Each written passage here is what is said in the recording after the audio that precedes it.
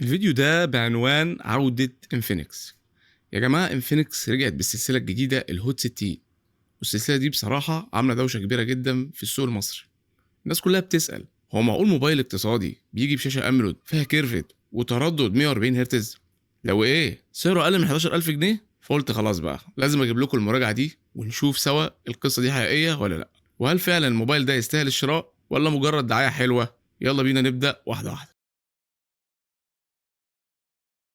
خلينا نبتدي كده بتصميم الهاتف. بصراحة أول ما تمسك الموبايل هتحس إنك ماسك موبايل فلاج شيب مش اقتصادي خالص. انفينكس فعلا بدأت تشتغل على التصميم جامد المرة دي. الهوت 60 برو جايب تصميم مسطح من كل الجوانب وسمكه حوالي 6.6 مللي ووزنه 170 جرام. أما النسخة اللي اتبهرت بيها أكتر فهي البرو بلس، دي بتبقى أنحف وأخف وسمكها حوالي 5.9 مللي ووزنها 155 جرام بس. اما الظهر بقى فيه كيرف بسيط كده بتخلي مسكته مريحه جدا، شكله فخم كده، خصوصا ان تصميم الكاميرات تحفه جدا رغم ان الكاميرا الاساسيه بس اللي شغاله والباقي منظر بس يعني للزينه. نيجي بقى للخامات. الخامات هنا طبعا من البلاستيك بس ده طبيعي جدا في الفئه السعريه دي، وبرضه في ميزه حلوه جدا في الموبايلين وهي مقاومه رذاذ المياه. البرو بيجي بمعيار اي بي 64 والبرو بلس بمعيار اي بي 65، يعني تحطه في المطر الخفيف مفيش مشكله، انما طبعا مش هترمي الموبايل في الميه بايدك. بس خد بالك في النسخه العاديه اللي هي البرو في فراغ بسيط كده بين الظهر والاطار ممكن يدخل شويه تراب مع الوقت، لكن في النسخه البلس حاله المشكله دي بتصميم منحني اكتر ومقفول كويس. في شويه اختلافات بسيطه كمان. البرو فيه زر اضافي تقدر تخصصه لاي وظيفه تحبها زي تفتح الكاميرا او تعمل سكرين شوت بسرعه منه، اما البلس لا، بس فيه لمبه اشعارات لطيفه جدا ودي بالنسبه لي احسن من الزر. يجي بقى للشاشه، وهنا بقى يا جماعه اللعبه اتغيرت.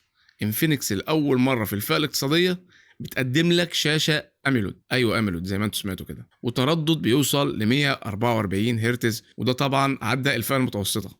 يعني تجربة سلاسة وشكل ألوان رهيب في الفئة الاقتصادية. الشاشتين بيجوا بمقاس 6 و7 بوصة. البرو شاشته مسطحة، أما البرو بلس فيها كيرف بسيط على الجنبين، ودي بصراحة مديها إحساس فخامة رهيب بالنسبة للفئة الاقتصادية. الوان الشاشه مشبعه جدا والتفاصيل بتاعها ممتازه وصوتها بيوصل ل 1600 شمعه، يعني هتشوف الموبايل تحت الشمس عادي جدا مش هيبقى مضلم معاك. صحيح ان اغلب الوقت الشاشه شغاله معاك ب 120 هرتز مش ال 144، بس ده طبيعي لان معظم التطبيقات اصلا مش بتدعم اكتر من كده. وبرضه عندك معدل تعتيم 2160 هرتز، يعني حمايه لعينك لما تستخدم الموبايل لفتره طويله. طبعا عشان تبقى في الامان الشاشه عليها طبقه حمايه كورنينج غوريلا جلاس 7 اي، وده بيخليها مقاومه للخدوش والصدمات البسيطه. نيجي بقى للاداء، وده من اكتر الحاجات اللي شدتني في الموبايلين.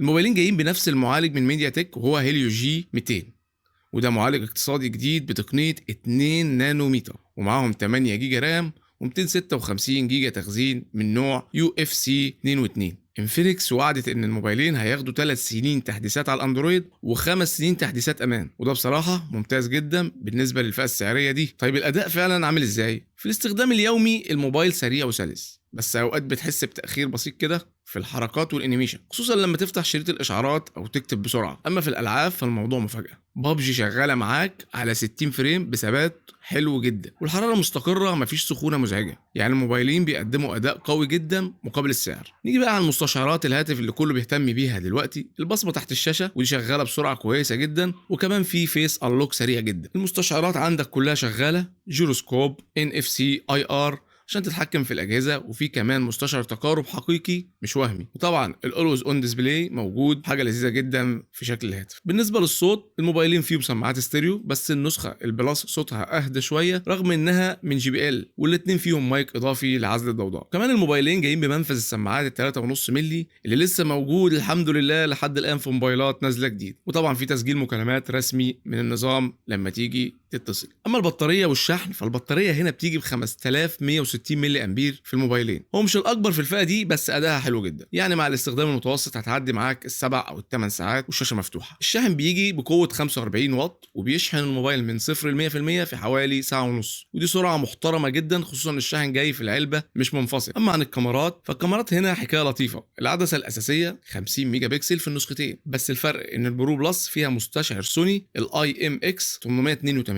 وده بيخلي الصور فيها تفاصيل اكتر شويه والديناميك رينج احسن. الموبايل معاك بيدعم تصوير فيديو 2K بالكاميرا الاماميه والخلفيه، في كمان مثبت الكتروني شغال كويس. اما عن الكاميرا الاماميه فهي بتيجي بقوه 13 ميجا بكسل وصورها حلوه جدا في الاضاءه كويسه، بس طبعا مفيش مثبت بصري ولا في عدسات اضافيه فعليه ورا، يعني كلها ديكور، بس ده عادي جدا في الفئه السعريه دي. بشكل عام الكاميرات هنا بتقدم صور ممتازه للفئه الاقتصاديه دي. نيجي بقى على اهم حاجه وهي التسعير. النسخه العاديه الهوت 60 برو بتيجي ب 256 جيجا ذاكره زائد 8 جيجا رام بسعر حوالي 8500 جنيه. اما النسخه الكبيره اللي هي البرو بلس بتيجي بنفس السعه التخزينيه والرامات ب 10500 جنيه تقريبا. الفرق الثاني ان نسخه البرو بتدعم كارت ميموري والبلس ما فيها شريحتين بس. الخلاصه بصراحه يا جماعه انفينكس قدمت موبايلات محترمه جدا السنه دي. الشاشه هنا خرافيه، تصميم فخم جدا، الاداء ثابت ومش بيسخن، والكاميرات مقبوله لحد ما، والبطاريه برضو كويسه. العيوب بسيطه زي ان خامات البرو مش اقوى حاجه ومفيش مثبت بصري، بس لما تبص على السعر المميزات هنا اكتر بكتير من المنافسين بتوعها في الفئه السعريه دي. لو عايز موبايل اقتصادي شكله فخم وشاشه جامده واداء ثابت خد البرو بلس من غير تفكير طبعا. اما لو عايز توفر شويه وتاخد نفس الاداء تقريبا يبقى خد البرو العادي هيمشيك تمام. قول لي في الكومنتات انهي نسخه شايفينها تستحق اكتر، وما تنسوش تعملوا لايك وتشتركوا في القناه عشان تشوفوا المراجعه الجايه اول ما تنزل. سلام.